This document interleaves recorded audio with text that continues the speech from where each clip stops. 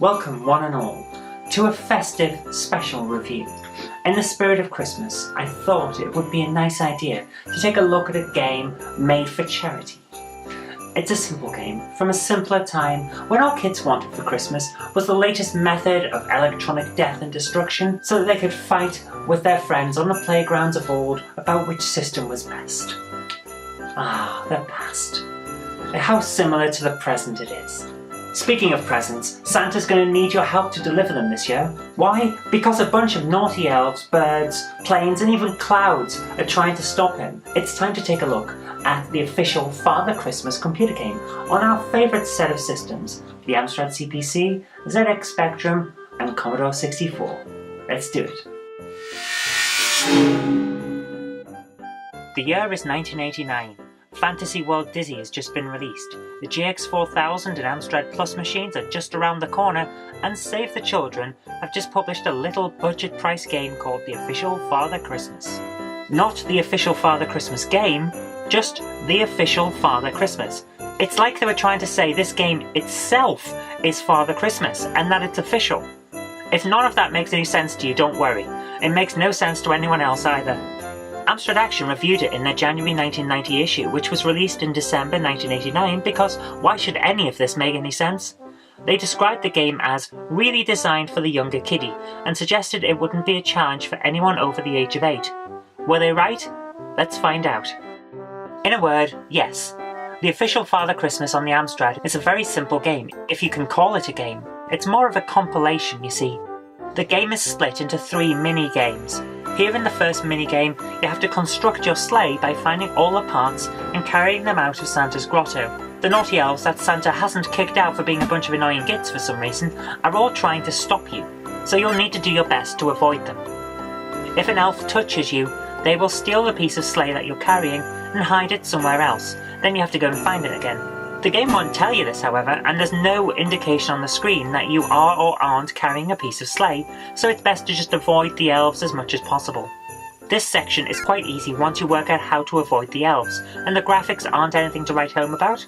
It's basically a specky port. So let's move on.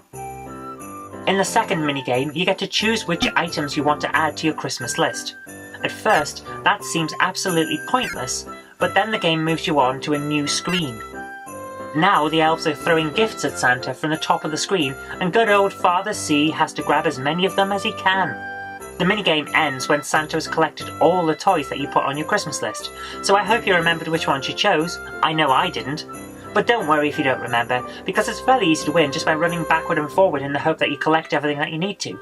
Eventually you will, and you'll be able to move on. So yeah, that's it. That's all there is to this part of the game. Again, the graphics are fairly simple, and again it's still a specky port, but the game moves at a decent pace and it's not too hard to finish this section, so let's not dwell on it. Now we come to the third and final stage. You've got to deliver presents to children on 4 continents. America, depicted by a New York-style skyline. Africa, depicted by a load of huts and palm trees because this game is from the 80s and we were all terrible, terrible people back then. Asia, depicted by some architecture I would have described as Middle Eastern, but hey, maybe it's actually supposed to be India, like Taj Mahal style. And finally, Europe, which is depicted by a load of tourist houses. The gameplay in this section is obnoxious to say the least. You fly left and right and drop presents by pressing the fire button.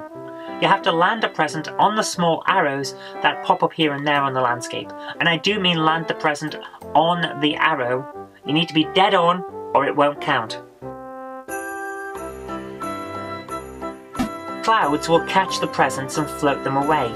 Birds will grab the present and fly off with it, because apparently birds want Christmas presents too.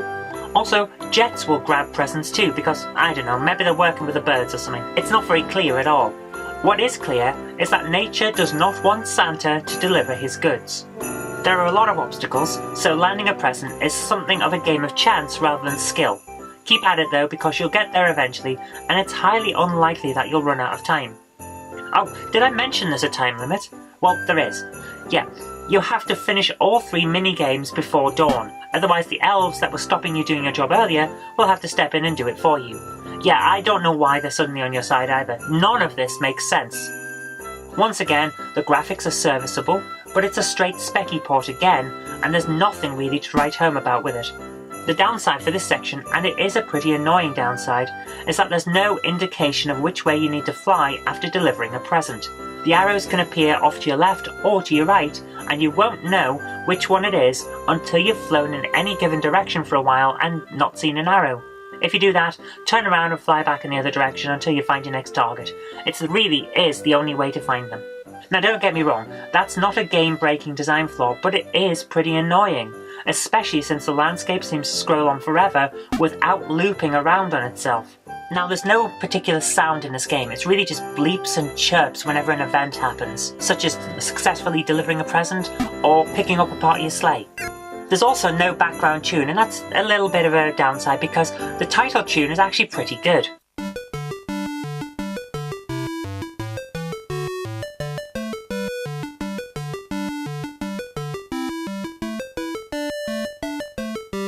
Well, I say pretty good. It's not bad. It's not great, but it's not bad. And I suppose it would get annoying after a while, so it's probably a good idea that it's actually not playing in the background constantly. Gameplay-wise, you'll probably complete this on your first try. I know I did, and I wasn't actually trying to do that. I wanted to try and record as much footage as I could because I want to be able to put some footage in here while I review it. But there you are, them's the breaks. All in all, I probably finished it in about 15 minutes, and that includes the 8 minutes that it took to load the game from tape. Now, Amstrad Action gave it 60% when they reviewed this game, and to be honest with you, I think they're probably on the mark with that score. It's not a great game, it's a decent game, and for a charity event thing, it's pretty good. So, now we've looked at the Amstrad version, how did it fare on the other systems? Well, since this was a Speccy port, I think it's only right that we now go and check out the ZX Spectrum version. The Spectrum version runs faster than the CPC version, which is to be expected given how the two machines process code and handle graphics. The sprites are pretty much the same, and they do look nice and chunky on both machines, which is great. I really do like the visual style that alternative software went for with this section. Gameplay-wise, the game is exactly like the CPC version, which you would expect, right down to where the pieces of the sleigh are likely to be found when the elves grab them off you, and how the elves move around on each screen. It was decent to play it on the Amstrad, and it's just as decent to play it here on the Spectrum. Once again, there's no background music, and only the occasional beep when certain events happen. It's nothing to write home about in the sound department, but I expected that given that we had no music on the Amstrad either. In Section 2, we once again decide the toys we want on our own personal Christmas list. You can try to remember them or not bother, and it won't make the slightest bit of difference in the long run. Just pick whatever you fancy and let's move into the game proper. Again, the nice and chunky graphics are a delight. I really do like the look and feel of Santa in this game. He's a decently drawn cartoon, and it makes the game fun to look at. There's still next to no gameplay here, however. You just run backward and forward until you've collected the gifts that you need to complete your list. Then we get to move on. And once again, we're delivering presents on 4 continents: America, Africa, Asia and Europe. Drop 6 presents on 6 targets in each continent, and then you're done. Well done, Santa. All the same problems from the CPC version are present here because this is exactly the same game. It runs smoothly, but it has the same annoyances as last time, and you'll probably finish it on your first go. The game is short, and there's probably enough here to only warrant you playing it once. But that's all to be expected because after playing the CPC version, we did know what we were getting into. Now it is a serviceable game, and like I said before, I'm not going to go too harsh on it because it is a charity thing. And as charity fundraisers go, it's actually pretty decent. But there is still one version to go, and to be honest with you, I think it's the development version. Why do I think that? Let's find out. Ah, the Commodore 64, that beige box with pastel colours and a lovely sound chip. It's being put to good use here because that title tune is definitely the best of the 3. But how does the game itself hold up in this comparison? Well, pretty well to be fair. The graphics don't look as cartoony here, but they are in full colour and they still look decent, albeit a little bit squashed. Santa isn't a chubby fellow here like he should be according to tradition, and the elves could have done with being a bit taller because at the height they are here, it seems hardly a threat at all. But aside from those minor gripes, this is a decent looking game. It runs incredibly smoothly too. There's little here to fault, it's a very good version of the game. It is more difficult than the other 2 versions, however. The elves are far more likely to gang up on you and grab the pieces of the sleigh, so be prepared for a lot of backtracking. The time also runs out much quicker, which isn't a big problem, but it does mean you'll find it a little bit harder to win on your first try. But I think we can all agree that's not necessarily a bad thing.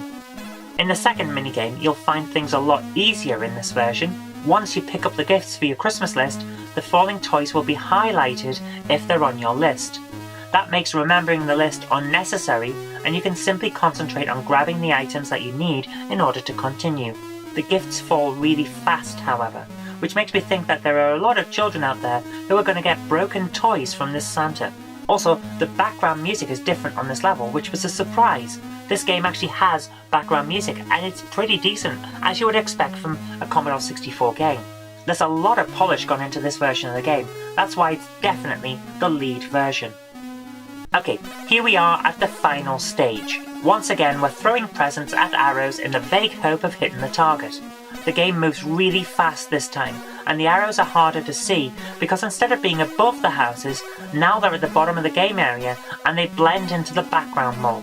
It's annoying, but thankfully it's just about still on the good side of annoying, rather than being obnoxious and totally game-breaking. The music is different yet again, and surprisingly, so are some of the locations that you'll be visiting on your rounds. This time you need to go to, somewhere? I don't see a location being explained. It tells us at the end of the zone. Okay, that's a bit weird, but okay. So, we're starting in America, and then moving on to Europe, before Africa, the Antarctic, and Finland. Wait, what? Why are we going to Finland? Finland isn't a continent, it's a country. It's a country in Europe. We already covered Europe. Why are the Finnish children getting 2 sets of toys? Is this a reference to Santa's house sometimes being thought of as located in Lapland, which is part of Finland? I don't know. It just seems like the most logical answer, but if that's true, why didn't they just say he was going back to Lapland? I don't get it. What I do get, and this is something I've very much appreciated, is that the arrows now appear regardless of which direction you choose to fly in. If you hit a target and keep on going, you'll find the next arrow will be somewhere down the line in front of you. That's great. It stops you running out of time while hunting for the next house to deliver to. And you can run out of time on this version. I did on my first go, because I spent too long trying to avoid the elves back at the grotto. That's no bad thing. Replaying the game because you lost first time is much better than replaying the game because you won without trying but still need to record more footage. All in all, this is a lovely version of the game. It's definitely the lead format, and a lot more time and effort has gone into its production. I really like it. All in all, the official Father Christmas is a decent game, and I can see kids playing it once a year maybe, just to get themselves into the Christmas spirit, you know? I think that's pretty much what it's for. It's definitely not something that you can come back to time and time again, but I really do think it's not meant to be that. It's one of those things like the Santa Claus the movie or something like that. You watch it or you play it, you get into the Christmas festive spirit, and that's what you do. That's what it's for. I really do think, under those circumstances, and with that in mind, this is a decent game, and it might become something of a tradition, you know? For retro gamers at least. And of course, it's also a fundraising item for Save the Children. And in that respect, I think actually parents who want to get their kids into the festive spirit, or older gamers who are coming back to it having had it as a kid, they'll think, well, it's not bad, and it gave money to a good cause, and all in all, it's pretty good. And that's really how I see it. I think it's alright.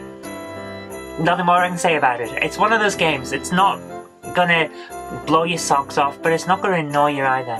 It's just nice. And at Christmas, I think that's what we need. Okay, thanks very much for watching. That really is all we've got time for this time. So thank you very much. I hope you did like this, and if you did, remember to click that like button, share with your friends so that they'll know a good game when they see it, and do subscribe for future videos because there will be more in the future. But until next time, I've been Zoe Kirk-Robinson. You've been watching the GameHammer on the Knob Mouse channel, and I'll see you next time. Today's video is brought to you by my graphic novels, The Collected Life of Knobty Mouse, Volume 1, All Over the House, Volume 1, and All Over the House, Volume 2. Thank you.